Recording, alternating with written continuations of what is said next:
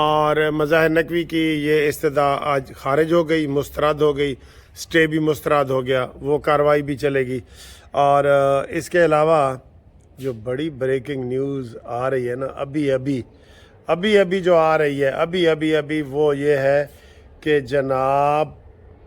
Chief election commissioner سلطان سکندر راجہ اپنی پوری team کے ساتھ چیف جسٹس قاضی فائز عیسیٰ کے پاس پہنچ گئے، اور ادھر پہنچے اور انہوں نے کہا سر جی آپ نے تو کہا تھا پتھر پہ لکیر ہے، اور ادھر لاہور ہائی کورٹ نے سٹے دے دیا ہے تحریک انصاف کی پٹیشن پہ، ٹھیک ہے۔ اس سے اندازہ لگائیں کہ تحریک انصاف کو کس طرح جو ہے نا ریلیف ملتا ہے۔ سپریم کورٹ نے کہا ہے کہ یہ ہوں گے، کیس ہوگا،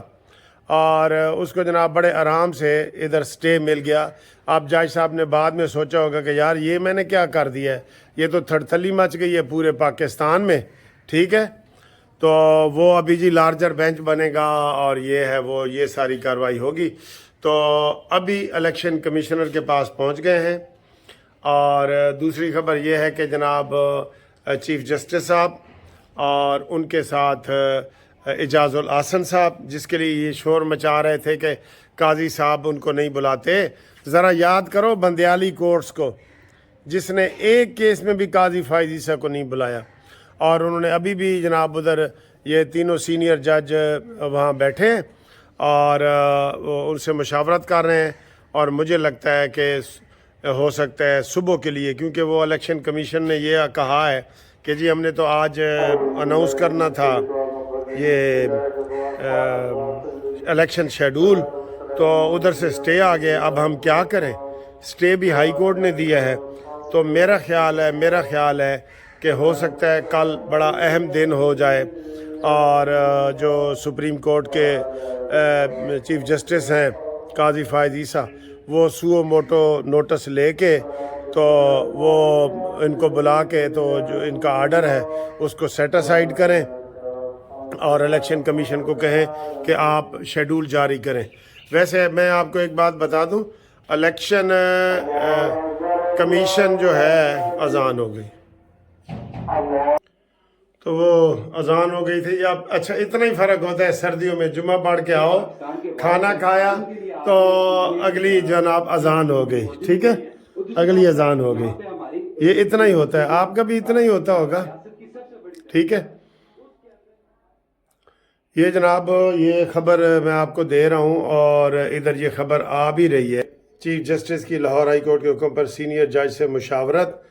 یہ ان کا آ بھی گیا ہے، یہ بڑا کوئک جو ہے نا ہوتا ہے۔ تو میں یہ کہہ رہا تھا عطا بندیالی جو کورٹس ہیں وہ یاد کریں، ایک دن بھی قاضی فائز عیسیٰ کو انہوں نے جناب اپنے ساتھ نہیں بٹھایا، اور قاضی فائز عیسیٰ ابھی بھی اتنے انہوں نے خط بھی لکھے، سارا کچھ کیا، تو یہ وہ ہو رہا ہے۔